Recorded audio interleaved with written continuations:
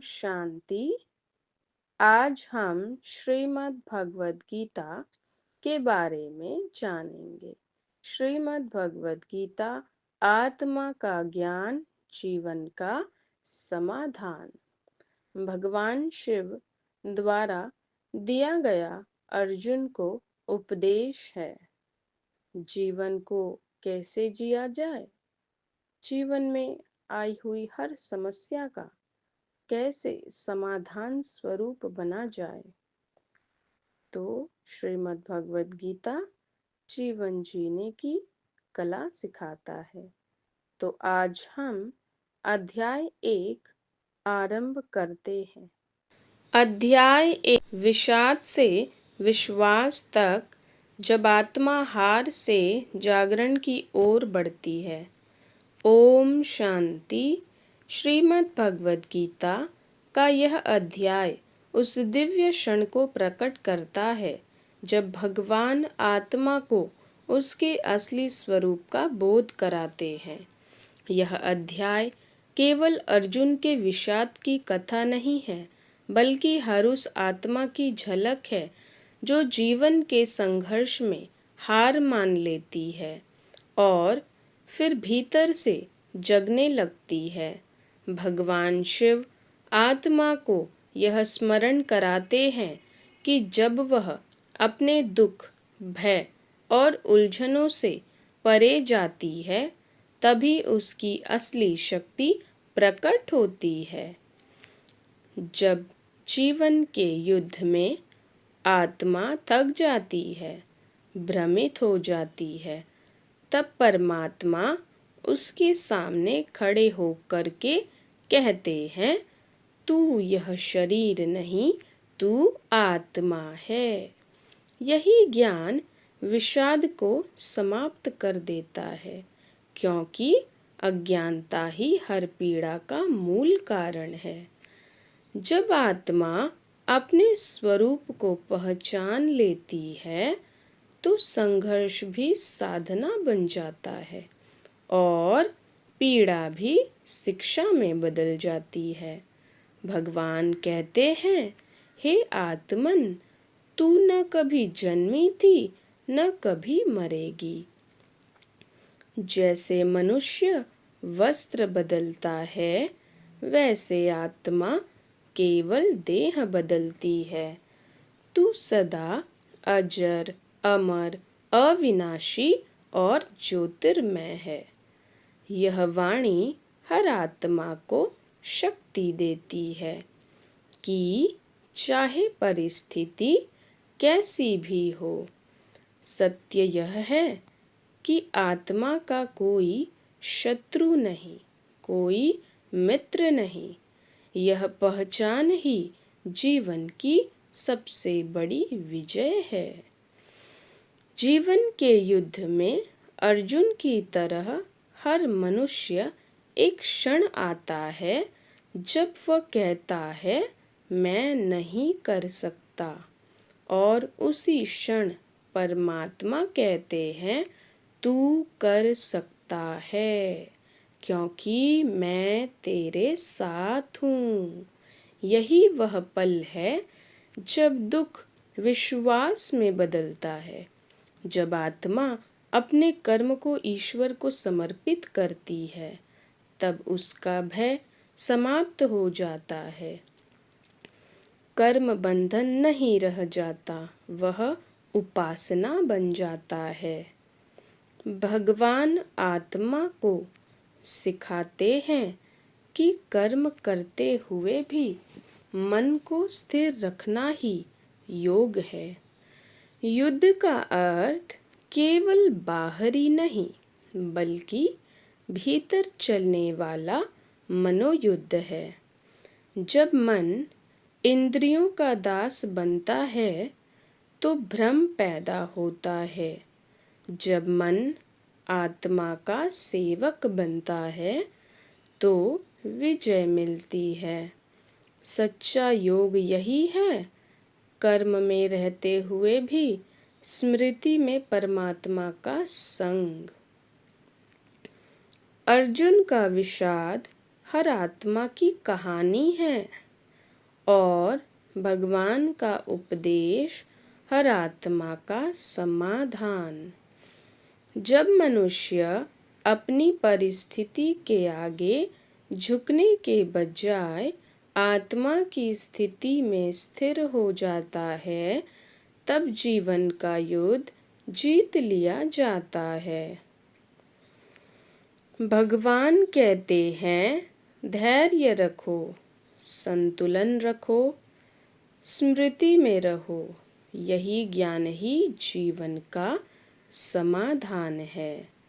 अर्जुन का प्रश्न ही मानवता का प्रश्न है और भगवान का उत्तर ही आत्मा की जागृति का संदेश। सुख दुख, हानि लाभ, जय पराजय, इन सब के पार होकर कर्म करो। यह कर्म योग का सार है।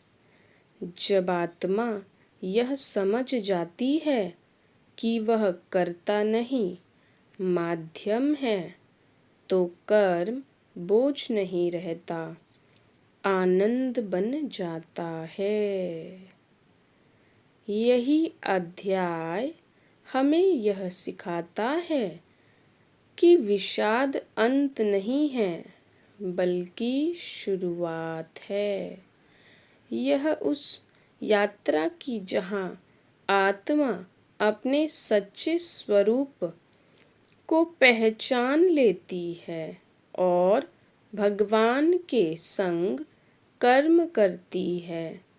यही विषाद से विश्वास तक की यात्रा है, जहाँ हार जीवन की सबसे बड़ी जीत में बदल जाती है। तो पहले अध्याय में जाना कि हम आत्मा हैं, नहीं। अर्जुन का विषाद हर आत्मा की कहानी है और भगवान का उपदेश हर आत्मा का समाधान। आत्मा की स्थिति में स्थिर हो जाना है, तब जीवन का युद्ध जीत लिया जाता है। तो हम दूसरे अध्याय की तरफ आते हैं। अध्याय 2, आत्मा का ज्ञान, जीवन का समाधान। तुलनात्मक अर्थ है। पहला, पारंपरिक अर्थ। कृष्ण अर्जुन को बताते हैं, तू यह शरीर नहीं है, आत्मा है। तू जो अपने बंधुओं को मारने का सोचकर दुख में पड़ा है, वह मोह है। शरीर नश्वर है, आत्मा शाश्वत है। देह का नाश होता है, पर आत्मा अविनाशी है। जैसे व्यक्ति पुराने वस्त्र त्याग कर नए धारण करता है, वैसे आत्मा नई देह लेती है। इसलिए युद्ध कर, क्योंकि यह तेरे धर्म का कर्म है। अब हम इसका वास्तविक अर्थ जानेंगे। शिव और आत्मा के बीच का जो संवाद है। यहाँ कृष्ण नहीं, परमात्मा शिव बोल रहे हैं। वह कहते हैं, हे आत्मा, तू यह शरीर नहीं, चेतन शक्ति है। तेरे सामने जो दृश्य संसार है, वह तेरे पुराने कर्मों का परिणाम है। इससे भयभीत मत हो। शरीर बदलना आत्मा का स्वभाव है, पर तू तो अमर, अजर और अविनाशी है। तेरे वास्तविक धर्म में हिंसा नहीं, बल्कि आत्मिक जागृति और कर्म की शुद्धता है। युद्ध का अर्थ बाहरी युद्ध नहीं, बल्कि भीतर के विकारों से युद्ध है।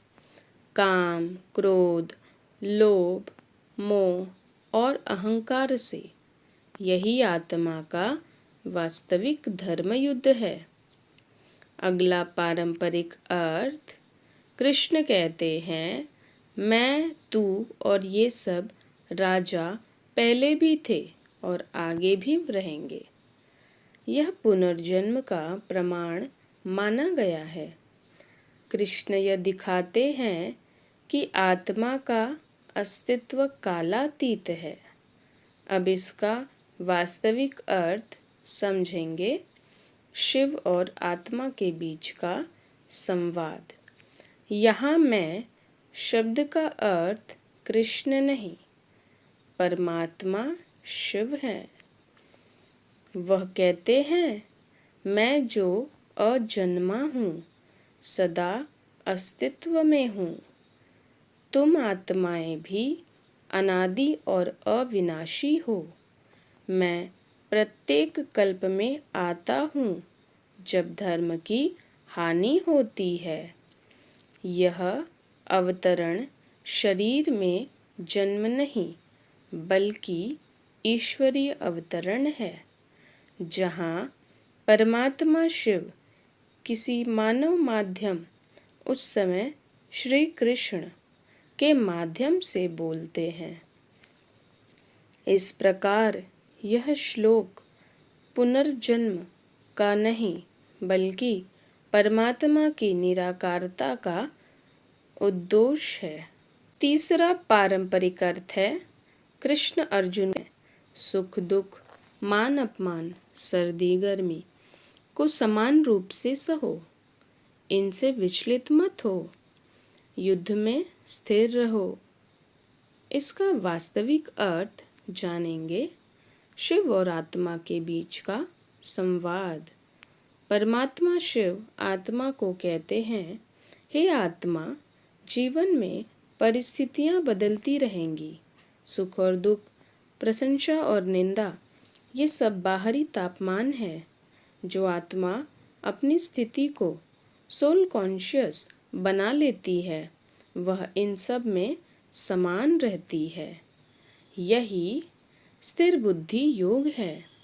मैं तुझे यह स्थिति सिखाने आया हूँ। चौथा पारंपरिक अर्थ देखेंगे। कृष्ण कहते हैं, जो मनुष्य बुद्धि में स्थिर है, वह कर्मों के बंधन से मुक्त होता है। कर्म करते हुए भी वह निष्काम रहता है। इसका वास्तविक अर्थ जानेंगे। परमात्मा शिव कहते हैं, हे आत्मा, जब तू मुझे याद करती है और योग में रहती है, तो तेरे कर्म पवित्र बन जाते हैं। तेरे कर्मों के बंधन स्वतः कटते जाते हैं। तू निष्काम इसलिए बनती है क्योंकि तू मुझसे जुड़कर शक्ति लेती है। तू कर्म करती है पर फल की चिंता नहीं करती, क्योंकि तू जानती है मैं कर्मों का फल देने वाला हूँ। अगला पांचवा पारंपरिक अर्थ है, कृष्ण अर्जुन को कर्म योग का उपदेश देते हैं। कर्म किए जा, फल की चिंता मत कर। फल पर अधिकार नहीं, कर्म पर है। अब इसका वास्तविक अर्थ जानेंगे। शिव आत्मा का संवाद। परमात्मा शिव आत्मा से कहते हैं, हे आत्मा, तू कर्म कर, क्योंकि कर्म तेरा स्वभाव है, पर फल मेरा नियम चलता है।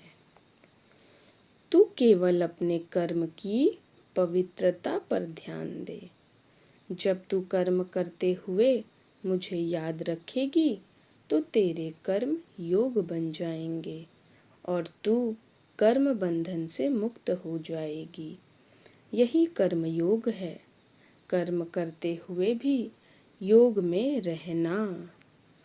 अगला छठा पारंपरिक अर्थ देखेंगे। कृष्ण आत्मा की अविनाशिता का वर्णन करते हैं। नैनं छिन्दन्ति शस्त्राणि, नैनं दहति पावकः। आत्मा को कोई मार नहीं सकता, जला नहीं सकता, सुखा नहीं सकता। वास्तविक अर्थ, शिव आत्मा संवाद। परमात्मा शिव आत्मा को उसकी पवित्रता का बोध कराते हैं। हे आत्मा, तू तत्वों से परे है। तुझ पर किसी पदार्थ का प्रभाव नहीं पड़ सकता। तेरी शक्ति केवल तब घटती है जब तू देह चेतना में आती है, पर जब तू मुझसे जुड़ती है, तेरा तेज, तेरा प्रभा, तेरी ऑरा फिर से बढ़ जाती है। तेरी आत्मिक ऊर्जा ही तेरा कवच है। अगला 7वां पारंपरिक अर्थ देखते हैं। कृष्ण अर्जुन को कहते हैं, स्वधर्म को देखकर तू भय मत कर, क्योंकि स्वधर्म का पालन सबसे श्रेष्ठ कर्म है। इसे अर्जुन के क्षत्रिय धर्म के रूप में माना गया है। अब इसका वास्तविक अर्थ जानेंगे। शिव और आत्मा के बीच का संवाद। परमात्मा शिव आत्मा को समझाते हैं, स्वधर्म का अर्थ जाति धर्म नहीं, बल्कि आत्मा का गुण धर्म है।